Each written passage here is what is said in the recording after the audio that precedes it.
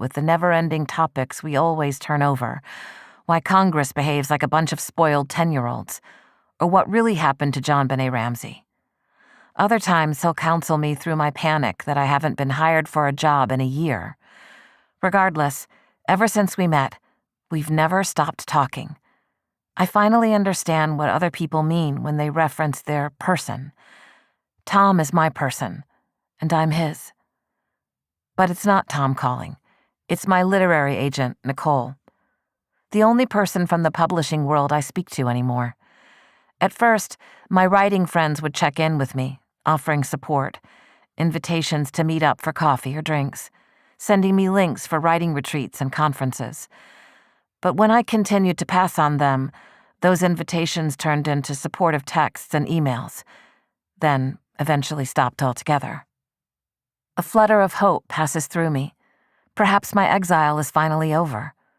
I glance out the window, across the deck to the wooden structure that serves as my writing studio, and wonder how many months it's been since I entered it. 6? 10?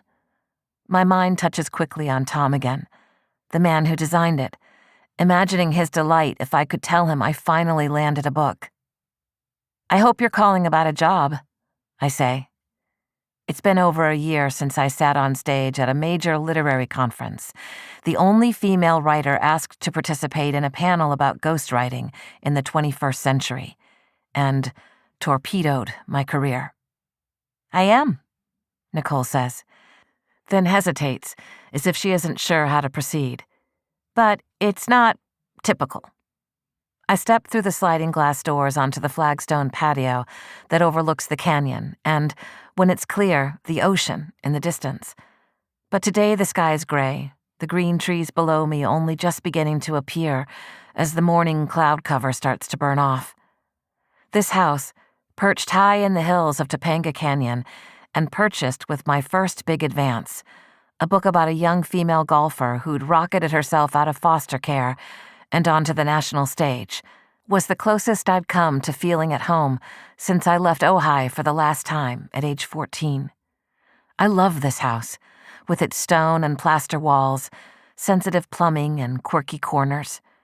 Not everyone wants to live up a winding canyon road at least 30 minutes from basic amenities, not to mention the yearly fires that keep Topanga's residents hyper-alert to wind and weather conditions, go bags packed in the trunks of their cars, ready to evacuate at a moment's notice.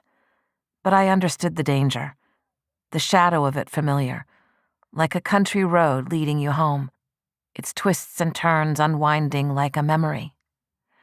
When you grow up being told your father is a murderer, you learn how to compartmentalize danger in a way that allows you to ignore it most of the time, even though your subconscious is constantly alert, preparing for it, waiting for it to surface.